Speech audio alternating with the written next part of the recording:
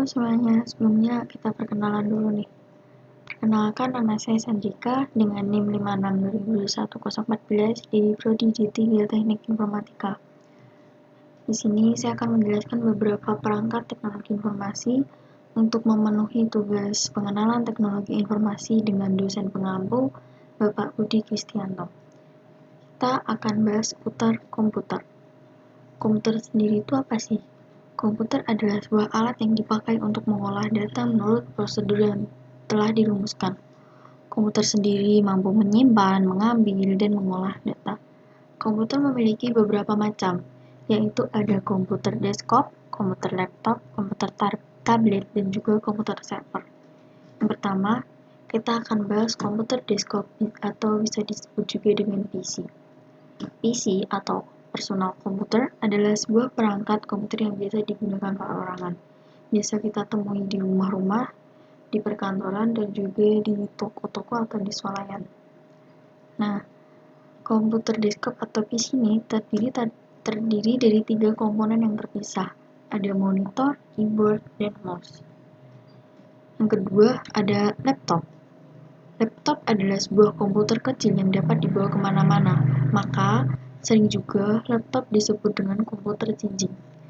Laptop ini memiliki komponen seperti monitor, mousepad, dan keyboard yang tidak terpisah.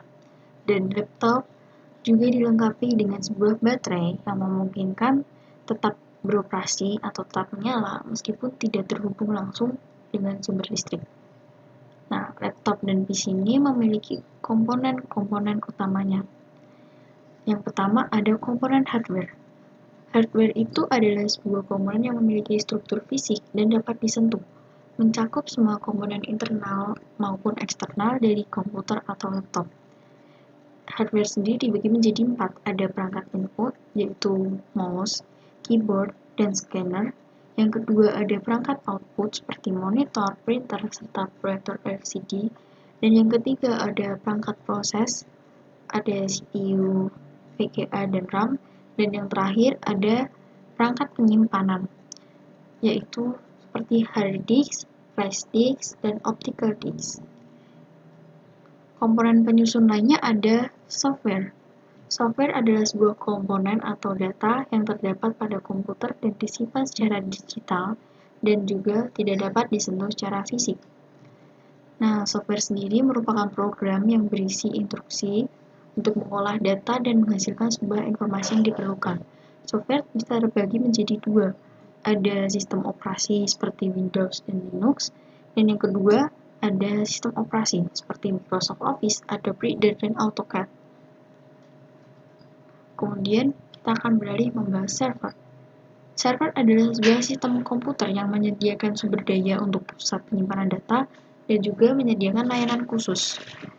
Penyimpanan data pada server dipakai untuk menyimpan dokumen dan informasi.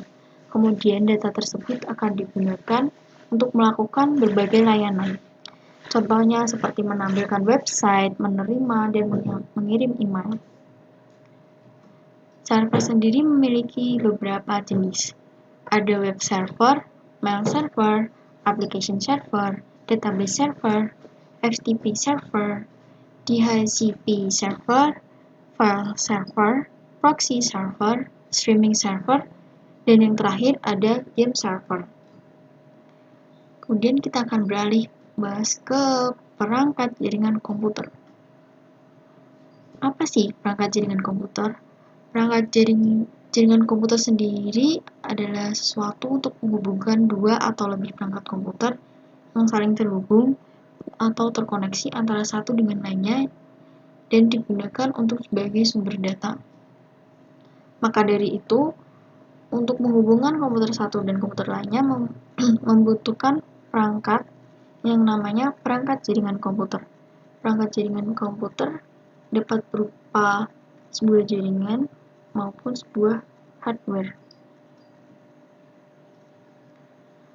Perangkat jaringan komputer itu ada beberapa macam dan beberapa fungsi. Yang pertama ada server.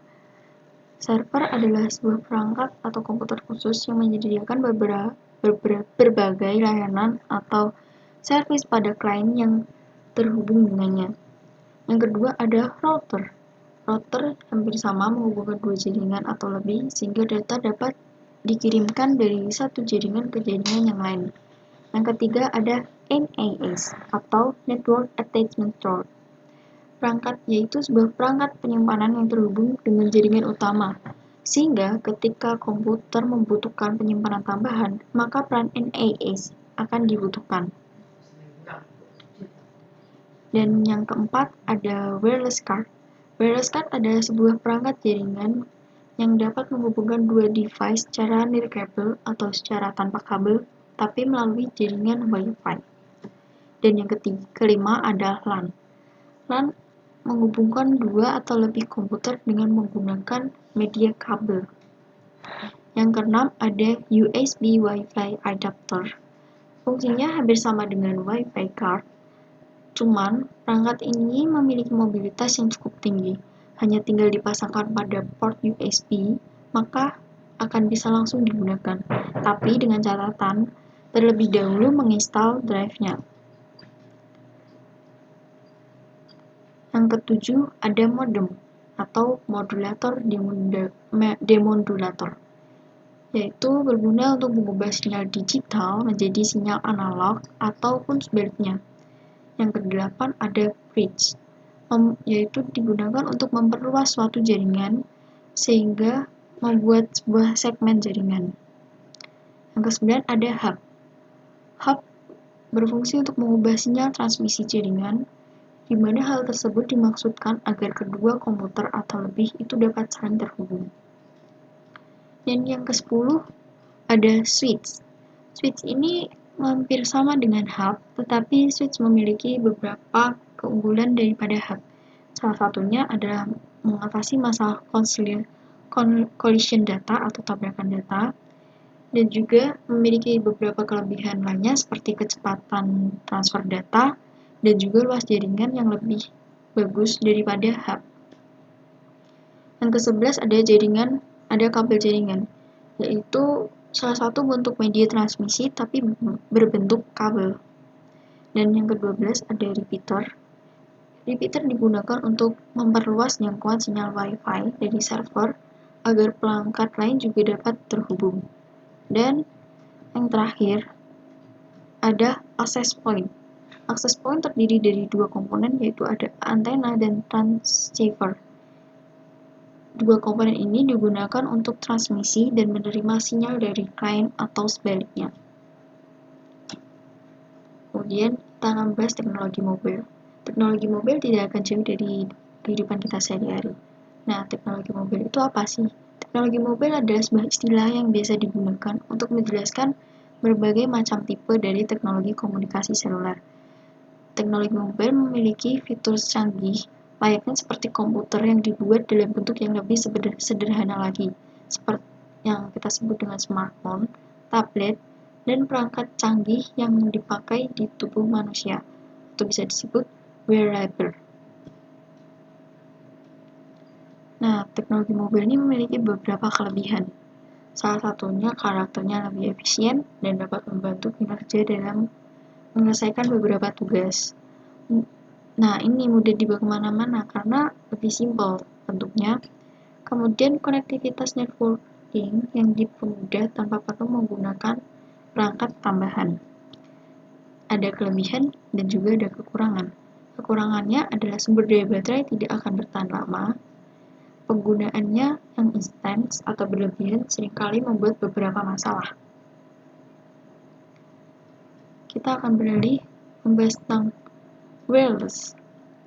Wireless itu adalah sebuah jaringan yang menghubungkan perangkat satu dengan perangkat yang lainnya tanpa menggunakan media kabel atau bisa disebut juga nirkabel sebagai media pengantarnya. Wireless itu memiliki beberapa fungsi, yaitu menjangkau area yang lebih luas, meminimalisir biaya pemasangan. Proses pemasangannya pun lebih mudah karena tidak perlu memasang kabel, dan juga fitur wireless access point berfungsi sebagai pengatur lalu lintas data, dan wireless sendiri juga memiliki ruang gerak tak terbatas sebab jarak jangkauannya lebih luas dan fleksibel. Sekian beberapa penjelasan tentang perangkat teknologi informasi yang dapat saya sampaikan. Apabila ada salah tutur kata, saya mohon maaf.